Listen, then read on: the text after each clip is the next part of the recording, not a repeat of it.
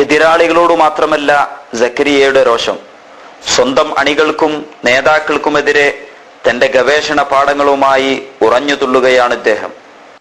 അള്ളാഹുവിന്റെ റസൂൽ ഒരിക്കലെങ്കിലും താടി പഠിച്ച് തെളിയിക്കട്ടവരെ എന്തവർക്ക് ഇത്ര വലിയ പണി?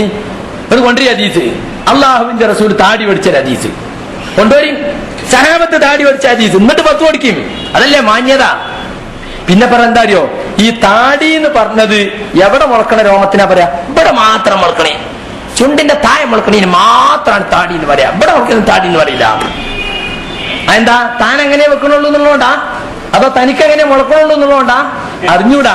ഭാഷയിലുള്ളത് എന്താണ്? രണ്ട് കവിളിലും താടിയിലും മുളക്കുന്ന രോമത്തിന് പറയുന്ന പേരാണ് ലഹിയത്ത്, താടി. താടി വളർത്തൽ ഫർളാണെന്നാ സലഫി പണ്ഡിതന്മാർ പറഞ്ഞിട്ടുള്ളത്. മനസ്സിലായില്ലേ? താടി വളർത്തി സലഫി ആകണോ? താടി വളർത്തണം. താടി വളർത്താൻ മീശ വെട്ടുക, അത് റസൂൽ പഠിപ്പിച്ചാണ്, സഹാബത്ത് കാണിച്ചത്. 4 മദ്ഹബിലും അത് വിരോധിക്കപ്പെട്ട കാര്യമാണ്. മദ്ഹബി പണ്ഡിതന്മാർക്ക് അത് ഹറാമാണെന്നാ പറഞ്ഞിട്ടുള്ളത്.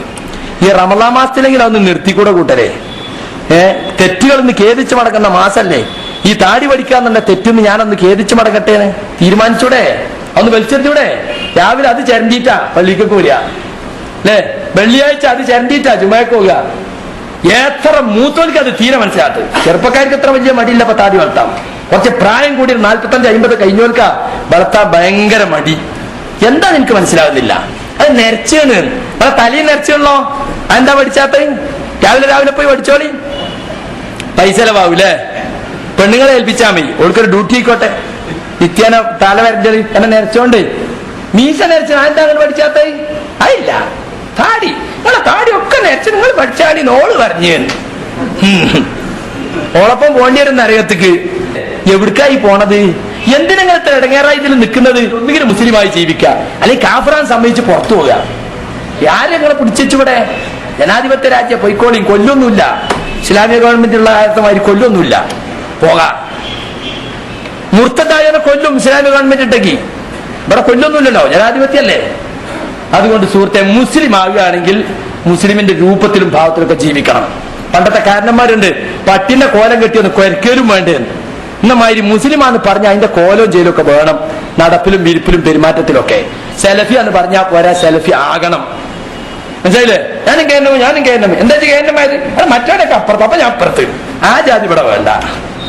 കേരളം പറയുന്ന ആദർശം ഉൾക്കൊണ്ടോ മതി ഇതില്. അല്ലാത്തവനെ കൊണ്ട് ഫിത്തന ഇനി ഉണ്ടാവും, ഒരു സംശയമല്ല. മനസ്സിലായില്ലേ? നബി സല്ലല്ലാഹു അലൈഹി വസല്ലമ അത് അപ്പൊ താടി വെക്കൽ സുന്നത്തല്ലേ ഉള്ളൂ.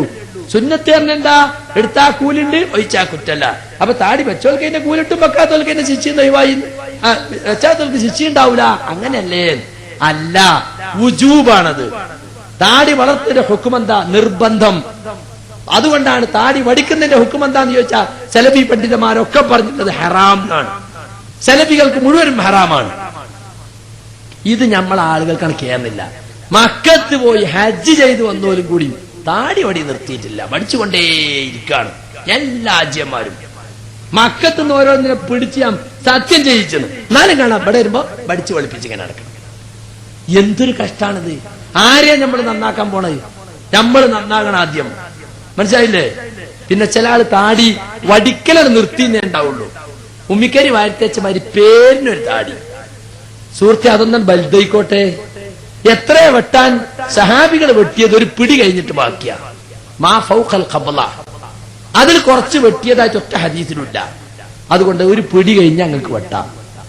ഇനി നമ്മുടെ സഹോദരിമാരെ വസ്ത്രധാരണത്തെ കുറിച്ചാണ് ഹദീസുമായി ബന്ധപ്പെട്ട കാര്യങ്ങൾ പറയേണ്ടത്.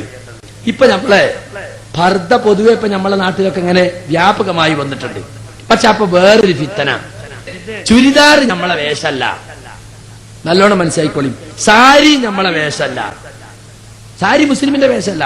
മുസ്ലിം പെണ്ണിന്റെ വേഷം ജിൽബാബ്, ശരീരത്തെ ഒന്നായി മൂടുന്ന പർദ്ദയാണ്. അല്ലാതെ മുസ്ലിം പെണ്ണിന്റെ വേഷമായിട്ട് സാരി പറഞ്ഞിട്ടില്ല. ചുരിദാറും അങ്ങനെ